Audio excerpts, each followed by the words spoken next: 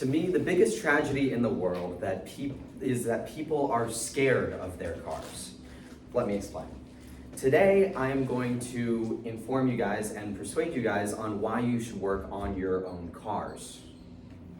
We will start with some common jobs that you can do at home that you shouldn't be afraid of, why people are afraid of those jobs, which they should be. I will explain that. And then we will finish off with what are some security options that you can use during those jobs to make your work environment a safe work environment and give you confidence in the job that you're doing.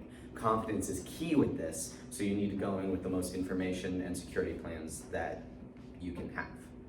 Hello, my name is Jesse Rowe. I'm an NTI graduate and I have been working on my family's cars, just in the garage, for over 10 years now. Oil changes, all that stuff.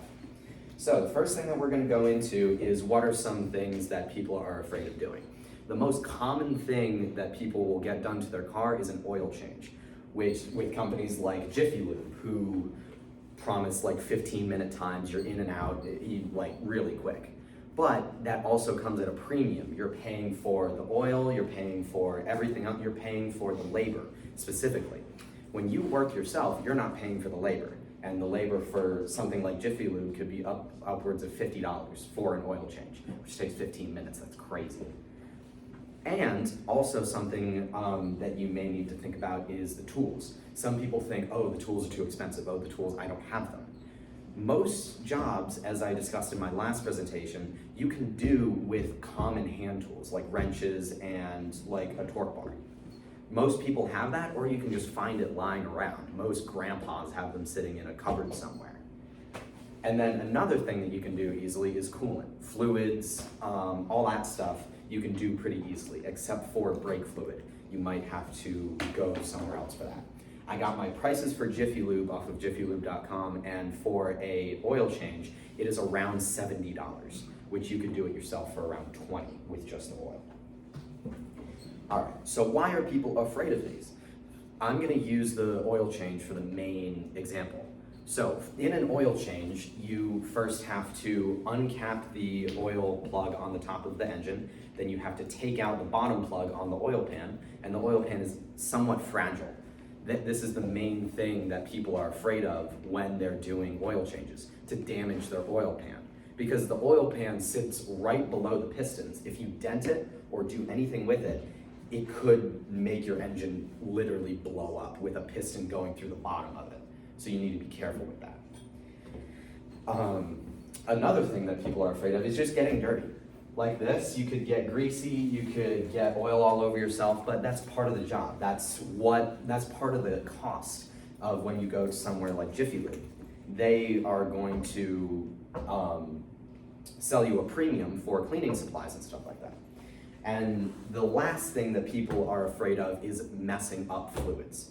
So like many people don't actually know that there are multiple types of oil that you can put into a car.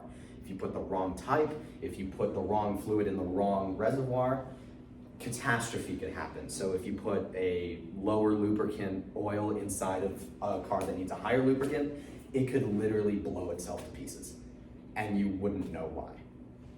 So, oh yeah, I also want to say that there was an essay written by Jim Gorzale where he discussed why you need to research before you do a job like this. He cited oil changes and fluid levels as part of his essay, and I think it was a very good essay.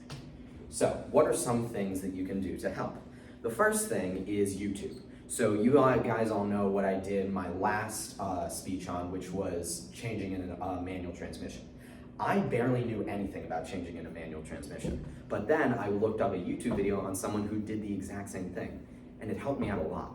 I didn't know half the stuff, like in person, that I talked about in that presentation, but I learned it from another guy on YouTube.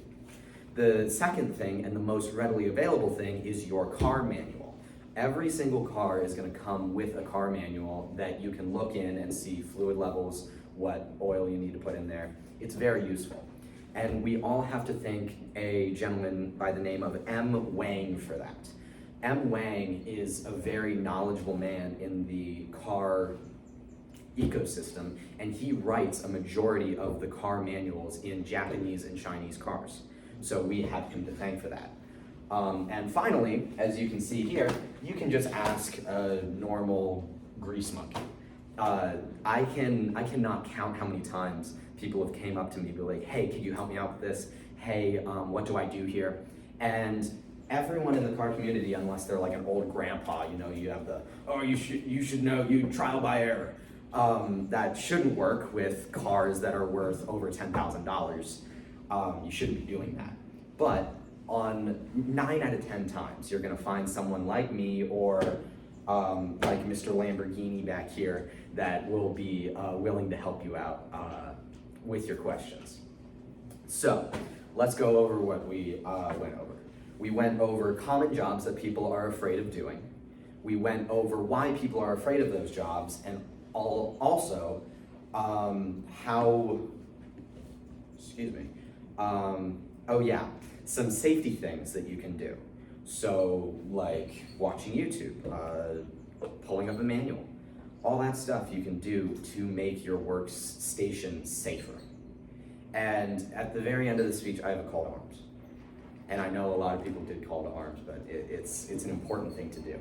I want all of you, like after this, to go outside and just look through the manual in your car. Very informative information in there. It tells you the gas, like the type of gas you need to put into it. Most people don't know where that information comes from, or they just look it up online. That's not the correct way of doing it. You look in your manual for your specific model, and you just read through it. It's a big manual, but I know you guys can do it. Just go out there, read through the manual, do what you can. And you know, with all this extra money you're saving, you might be able to get a better car or swap in a manual transmission.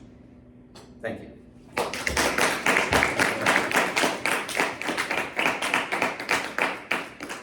Good deal.